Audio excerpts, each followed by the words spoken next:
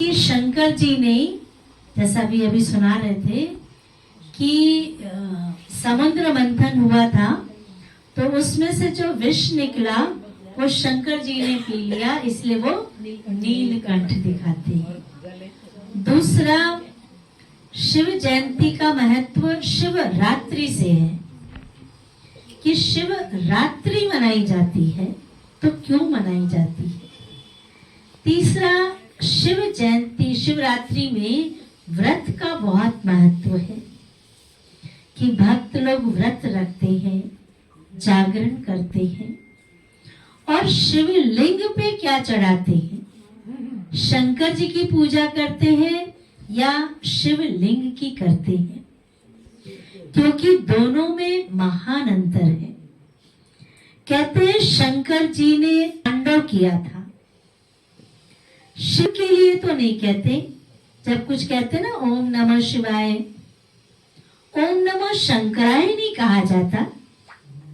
ब्रह्मा देवताय नमः, विष्णु देवताय नमः, शंकर देवताय नमः और शिव परमात्माय नमः कहते हैं। फर्क है। शिवलिंग पर ही अक धतूरा बेल पत्र क्यों चढ़ाया जाता? किसी भी मंदिर में जाएंगे तो खुशबूदार फूल लेकर के जाते हैं, लेकिन शिवलिंग के ऊपर अक धतूरा ही क्यों चढ़ाते हैं? कच्ची लस्सी ही क्यों चढ़ाते हैं? प्योर दूध क्यों नहीं चढ़ाते? मंदिर में घंटा क्यों, कलश क्यों, जो मटका टंगा होता है वो क्यों टांगा जाता है? हर चीज के पीछे एक आध्यात्मिक रहस्य है। यह हम आपको शॉर्ट में थोड़ा सा बताना चाहेंगे कि शिव रात्रि क्यों दुनिया में भक्त लोग शिव रात्रि के नाम से जानते हैं और ये भी कहते हैं कि शंकर जी की शादी हुई थी, शिव जी की बारात निकली थी। एक तरफ हम जयंती मनाते हैं और दूसरे तरफ कहते हैं शिव की शादी हुई थी। तो किससे शादी हुई थी? दुनिया में तो दिखाते हैं कि शंकर जी जब शादी करने के लिए गए तो पूरा भभूति लिपट की माला, और बाराती जो थे अजीबो गरीब थे, माँ देख करके परेशान हो गए, बेहोश हो गए। लेकिन कौन सी शादी हुई थी? कौन सी पार्वती थी जिससे उस शिव का ब्याह हुआ था? वो वास्तव में हम सब आत्मा रूपी पार्वतियां हैं जो परे पे परे रहने वाली है। उस शिव की सजनियां हैं जो लास्ट में उसके साथ जाएंगे। तो शादी भी दिखाया और साथ में रात्रि के बाद जन्म भी दिखाया। तो रात्रि अर्थात परमात्मा द्वापर कलयुग की जो कलह युग कहते हैं ना, दिन और रात 4 पहर होते हैं, सुबह, दोपहर, शाम और रात। तो सुबह का दिन सतयुग, त्रेता युग, द्वापर कलयुग अर्थात शाम और रात्रि जो कलह युग की रात कर्म भ्रष्ट हो जाती है। मनुष्य आत्माएं अपना रिश्ता ही भूल जाती हैं कि हमारा रिश्ता जो पवित्र रिश्ता, चाहे बाप बेटी का हो, भाई बहन का हो, माँ बेटी का हो, ये जब हर चीज, हर रिश्ते भी अति में चले जाते हैं तब परमात्मा को आना पड़ता है। इसलिए कहते हैं स्वयं भू, स्वयं परमात्मा इस भारत भूमि पर आते हैं। और इस रात्रि में जब रात को 12 बज जाते हैं तो कहते हैं घोर रात्रि है। घोर रात्रि जो कलह युग का अंत चल रहा है, अंतिम चरण पर है। तो इस कलयुग के रात्रि में परमात्मा आकर के हमें रोशनी देते हैं जिससे हमारा एक नया जन्म होता है। वो प्रकाश देते हैं। कहते हैं रात्रि को मिटाने के लिए एक माचिस की तिल्ली भी बहुत है। अंधकार को मिटाने के लिए एक छोटी सी मोमबत्ती जलाते हैं, वो भी उस समय वो रोशनी अर्थात प्रकाश फैला देता है। आज मनुष्य आत्माओं के अंदर अज्ञानता रूपी अंधकार है, रही है, दर दर भटक रही है, मंदिर मस्जिद गुरुद्वारे चर्च में जा रही है। क्यों? उस शांति को ढूंढने के लिए, उस खुशी को ढूंढने के लिए, उस प्रेम को ढूंढने के लिए। पर देखा जाए जो चीज मेरे पास है वो बाहर तो नहीं मिलेगी ना। इसलिए परमात्मा ने कहा कि मैं तुम्हें एक नया जीवन देता हूँ, मैं तुम्हें जगाता हूँ। इसलिए पूरी रात भक्त लोग जागरण करते हैं कि अपने आप को पहचानो, इस शरीर को चलाने वाली कौन सी शक्ति है। किस शक्ति को निकल जाने से शरीर जड़ बन जाता है। ये परमात्मा ने एक स्मृति दिलाई, एक जागृति दिलाई कि जाग जाओ और स्वयं को जानो, उस पिता को जानो कि परमात्मा निराकार शिव ज्योति स्वरूप है। उस घर को जानो जो हम सब का घर शांति धाम ब्रह्मलोक है, जहाँ हम सब जाना चाहते हैं। हम सबका धर्म शांति है, पवित्रता है। इस चीज को हम ढूंढ रहे थे।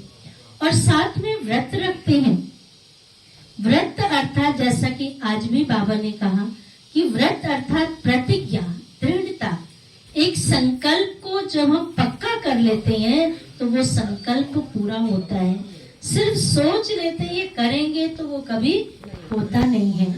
तो भक्त लोगों ने व्रत रखा, अन्न का व्रत रखा आज, लेकिन उसके बजाय कुछ तो खाते ही रहते हैं ना। तो परमात्मा के समीप जाने के लिए, नजदीक पहुंचने के लिए, भगवान हमारे समीप रहे, उसके जैसा हम बन जाए, उसके लिए एक एक बुराइयों का व्रत रखना पड़ेगा। जैसे काम, क्रोध, लोभ, मोह, अहंकार। अगर हम एक एक दिन में एक एक बुराई को भी छोड़ते हैं, जरूरी नहीं कि हम एक दिन में सारी बुराई छोड़ देंगे, 7 दिन होते हैं। अगर एक एक दिन आज हम क्रोध नहीं करेंगे, तो आज हम किसी को दुख नहीं देंगे, आज हम लोभ नहीं करेंगे, तो उसकी जगह हमारे अंदर अच्छाई आती जाएगी और हमारे जीवन में परिवर्तन आएगा, जिससे हम प्रभु के समीप पहुंच सकते हैं, प्रभु के नजदीक रह सकते हैं। एक तरफ तो हम कहते हैं भूखे भजन न हो गोपाला, ले लो अपनी कंठी माला। जब वो हमारा पिता है, ईश्वर है, भगवान है, वो कभी नहीं चाहेगा कि मेरे बच्चे भूखे रहे और मैं सारा दिन खाता रहूं। कभी भी कोई भी माता पिता नहीं चाहता। तो परमात्मा कैसे चाहेंगे? भगवान ने कहा मैं खुश तब हूँगा, तुम्हारे व्रत से मैं संतुष्ट तब हूँगा जब तुम बुराई का व्रत रखो। मेरे बच्चे बहुत अच्छे बन जाए। दुनिया में भी कहते हैं मेरा बच्चा कैसा भी है, मेरा बच्चा राजा बच्चा है। बच्चे होशियार हो जाए, दैवी गुणों वाले बन जाए, देवता बन जाए, ये ईश्वर की उम्मीद है। और साथ में जागरण करते हैं, व्रत रखते हैं और शिवलिंग के ऊपर अक धतूरा चढ़ाते हैं, बेलपत्र चढ़ाते हैं, बेर चढ़ाते हैं और भांग भी चढ़ाते हैं। भांग इसलिए चढ़ाते हैं कि शंकर जी ने भांग पी थी और उस नाम से आज लोग नशा करने लग गए। वास्तव में कौन सा भांग था वो, कौन सा नशा था जो भक्त प्रहलाद ने भी पी लिया था? कौन सा नशा था जो मीरा ने भी किया था? कौन सा नशा था जो सब कुछ छोड़ के एक तरफ हो गई? वो क्या प्राप्ति थी? इसलिए वो नशा जिसको चढ़ जाए उसका जीवन तर जाएगा। वो नशा है ईश्वर की याद का नशा, परमात्मा प्राप्ति का नशा, उसे पाने का नशा। इसलिए वो नशा चढ़ाओ जो भांग पिया था। कहते हैं ना, भांग पी करके हंस रहे हैं तो हंसते रहेंगे, रो रहे हैं तो रोते रहेंगे, ऐसा कहते हैं। देखा तो नहीं है, पर जब हम भगवान की याद का नशा कर लेते तो सदा खुशहाल रहते हैं, खुश रहते हैं, मुस्कुराते रहते हैं। अक धतूरा, अक का फूल आपने नहीं देखा होगा तो आप शिवलिंग पे सबको चढ़ा हुआ है, दिखाने के लिए चढ़ाया है कि आप देख लें कि अक जैसी जहरीली फूल होता है। अगर कोई खा ले तो शायद मर जाए। धतूरा गोल होता है, कांटे वाला होता है, ऐसे खाओ तो पकड़ो तो चुभ जाएगा। तो संसार गोल है और आप इस संसार में रहते हैं, जहां भी जाते हैं यथाशक्ति और शिवलिंग के ऊपर चढ़ा दिया। और शिवलिंग के ऊपर चढ़ाते हैं। एक तरफ तो कहते हैं शिव शंकर एक है, और उस दिन पक्षपात करते हैं, शिवलिंग के ऊपर सब कुछ चढ़ाते हैं, शंकर जी को पूछते भी नहीं है।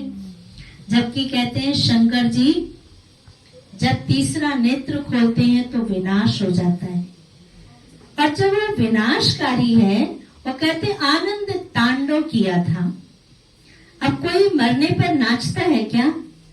लेकिन कौन सा विनाश किया था? किस विनाश के बाद में खुशी आई थी? वो बुराइयों का विनाश। तब शंकर अर्थात तपस्वी शंकर जी ने भी शिव की पूजा की, इसलिए ओम नमः शिवाय का जाप करते, शंकराय का जाप नहीं करते। तो शंकर जी देवता है और शिव परमात्मा है तो इसका विस्तार काफी। लेकिन हम ये बताना चाहते हैं कि शिवरात्रि के दिन शिवलिंग की क्यों करते हैं। 3 पत्ते का बेल पत्र चढ़ाते हैं, 3 पत्ते का ही होता है। प्यार से भोजन कराओ तो घोल के तो दो। भगवान ने कहा चलो घोलो नहीं, अपने अंदर का तो स्वीकार कराओ, अपने आप को तो परिवर्तन करो। शिवलिंग के ऊपर आप देखेंगे 3 लकीरें बनी होती है, नहीं तो यहाँ आप देख सकते हैं थोड़ा ढक गया है। एक बिंदी होती है, वो बिंदी है परमात्मा निराकार शिव। 3 लकीरें हैं ब्रह्मा विष्णु शंकर, इन तीनों देवताओं का रचयिता निराकार शिव। मटका टंगा होता है, देखा होगा शिव के मंदिर में। और शिवलिंग को कभी मंदिर के अंदर नहीं रखते हैं, शिवलिंग को कभी दरवाजे से अंदर नहीं लेके जाते हैं, इसलिए शिवलिंग हमेशा मंदिर के एक बाहर साइड में कोने में होता है। और छत नहीं होती है। क्यों नहीं होती? कहते हैं भगवान जी जब भी देते हैं छत पर मटका टांगते हैं, मटके में पानी भर देते, एक एक और छोटा सा छेद कर देते, एक एक बूंद पानी टपकता रहता है। क्यों? आपने घर में एसी लगाया है, मंदिर में एसी नहीं लगाया ना, ज्यादातर गर्मी के दिनों में होता है। भगवान जी को वो पानी ठंडक करता है और अपने को एसी लगाया। वास्तव में वो मटका है क्या? ये बुद्धि, कहते ना बुद्धि एक बर्तन है, एक मटका है, एक कलश है। इस बुद्धि रूपी कलश में कितने प्रकार के दाग लगे हुए हैं, व्यर्थ चिंतन का, बुराइयों का, तेरी मेरी का। इतना बुद्धि को हमने डस्टबिन बना दिया, कचड़े वाला बना दिया। और इस बुद्धि से हम ईश्वर को याद करेंगे, क्या वो शक्ति देगा? वो देगा तो सही, क्या हम उसे स्वीकार कर पाएंगे? दूध वाला दूध लेते आता है, मन का वैर विरोध खत्म हो जाए, पर बेर चढ़ाने से नहीं होगा, अपने अंदर की बात निकालने से होगा, जो ईश्वर ही इसे समा सकते हैं। कोई इंसान आपके वैर विरोध को नहीं ले सकता है। इसलिए तो कहते हैं शंकर जी ने पी लिया तो नीला हो गया। साथ में शिवलिंग के ऊपर कच्ची लस्सी चढ़ाई जाती है, जिसमें दूध, पूरा पानी, ग्लास पानी का होता है, थोड़ा सा दूध, थोड़ी सी दही, थोड़ी सी चीनी मिक्स करते हैं। यथाशक्ति कोई चाहे तो उसमें शहद भी मिला देते हैं, यथाशक्ति जो कुछ भी। अभी 2-3 दिन पहले हमारा कहीं प्रोग्राम था, उन्होंने कहा उसमें सब्जियां चढ़ाते हैं, सारी सब्जियां सिवाय प्याज लहसुन के, सारी सब्जियां, बैगन, गोभी, आलू, दाल, मटर, चावल। मैंने पहली बार सुनी। हम कहे भगवान को सोच रहे हैं अंत का समय है, सब कुछ दान कर दो। कहते हैं जो दान करेंगे वो मिलेगा, जो देंगे वो, जो बोएंगे वो काटेंगे। जो दान करेंगे तो सोचते हैं और कुछ नहीं तो भगवान। लेकिन भगवान ने कहा था क्या चढ़ाने को, वो तो हमने चढ़ाई नहीं। कच्ची लस्सी में भगवान ने कहा, शिव बाबा ने कहा, भोलेनाथ ने कहा कि दूध की तरह अपनी सोच को, अपने विचारों को शुद्ध बनाओ, प्योर बनाओ। सफेद चीज वैसे भी पवित्रता का सूचक है। और साथ में कहा पानी की तरह अपने विचारों को शांत रखो, शीतल रखो। आज देखिए ना, कहीं भी जाते थोड़ा टक्कर हुआ, वहीं एक दूसरे का खून कर देते हैं थोड़ी छोटी छोटी चीजों के लिए। भगवान ने कहा शांत रहो। और चीनी की तरह, शहद की तरह अपने बोल को मीठा बनाओ। हमने सोचा इतना मुश्किल काम है, कौन करेगा। और पहले तो घोल के पिलाते थे। कलयुग की निशानी है, दूध, पानी, राशन, चीनी हर थैलियों में मिलेगा। कलयुग की निशानी है। तो भक्तों ने क्या सोचा, हमने क्या सोचा, कौन घोले फाड़े थैली ये करे। भगवान को जब भूख प्यास लगेगी, थैली चढ़ा दो, दूध की, चीनी की, पानी की, शहद की। जब भूख लगेगी तो अपने आप फाड़ेंगे, घोलेंगे और वेस्ट नहीं जाएगा। बताओ, हमने एक काम पूरा किया। आपके घर में कोई मेहमान आ जाए, थाली लगाओ नहीं, बर्तन रख दो सारे सामने, ये चावल की है, ये सब्जी की है, इसके खाते रहना। जब भूख लगे तो मेहमान क्या करेगा, कहेगा ठीक नहीं है, दाग वाला है। तो दूध तो दे के चला जाएगा, लेकिन दूध तो आपका फट जाएगा ना, आपका बचेगा तो नहीं। तो परमात्मा हमें शक्ति देते हैं, लेकिन हमारी बुद्धि प्योर नहीं है, शुद्ध नहीं है, बर्तन साफ नहीं है। इसलिए हमने कहा कि मटके को, जैसे कोई तीर्थ यात्रा पर जाता है, अभी जैसे प्रयागराज गए सभी, तो पड़ोसी अड़ोसी ने कहा अच्छा आप डुबकी लगाने जा रहे हो ना, मेरे नाम से भी डुबकी लगा लेना, एक डुबकी तो लगा ही लेना। मैं तो नहीं जा सका। आप वैष्णो देवी जा रहे हो, मेरे नाम से एक चुन्नी चढ़ा देना माता को। तो चुन्नी किसने चढ़ाई, आपने चढ़ाई, किसने चढ़ाई?